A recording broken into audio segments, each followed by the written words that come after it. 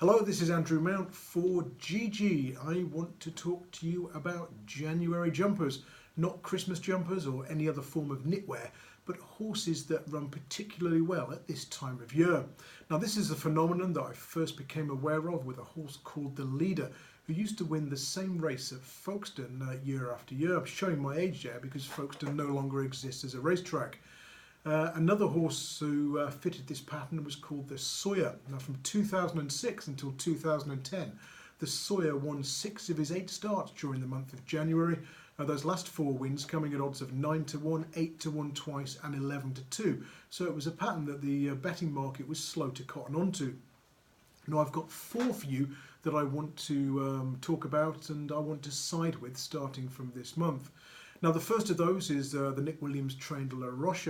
Now, he's not been out this season, but he's always done well around this time of year. In December and January, he's won 6 of his 8 starts. The defeats were a 2nd and a 4th at odds of 15-2 and 6-1, so he's often rewarded each way support around this time of year.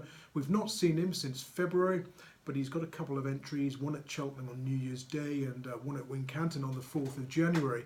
He might need that first run back, but I'm certainly hopeful that if not first time out, then later this month, La Roche can prove to be a profitable bet for us. The second of my January jumpers is Rathlin Rose for the David Pipe Yard.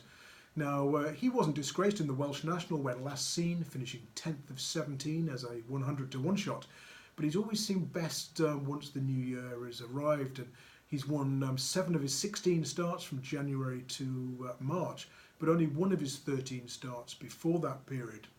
Now, again, he's got entries coming up. He's entered in the Veterans Handicap Chase at Sandown in early January, as well as the Sussex National on the Sunday the 5th. Now, he's one that perhaps is better sort of February, March than January, but I'd certainly be interested in him at a likely big price later this month. Now, I love the all-weather, so I want to include an all-weather horse in this selection, and that's Star Ascending for the Jenny Candlish Yard. Now, he's got a really good record in the early new year. January and February only, he's won 6 of his 11 starts. Backing him blind would have returned a profit of £13.17. Now, he caught the eye at Wolverhampton on December the 16th, his latest start, keeping on into 3rd at 16-1, a run that suggests his turn could be just around the corner. And finally, the last of my 4 January jumpers is Wicked Willie, and this one's my favourite one, not just because of the name, I'm not being smutty. This one trained by Nigel Twiston Davis, and there's another who's really struggled from April to December, winning just once from 19 starts. However, as soon as the new year comes around, he seems to be a different horse.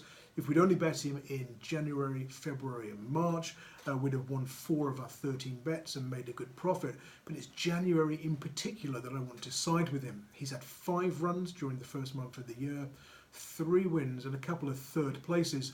Those 3rd places coming at odds of 8-1 and 6-1, suggesting that an each way angle is the way to play with Wicked Willie. That's it from me. Until next time, until then, best of luck. Cheers.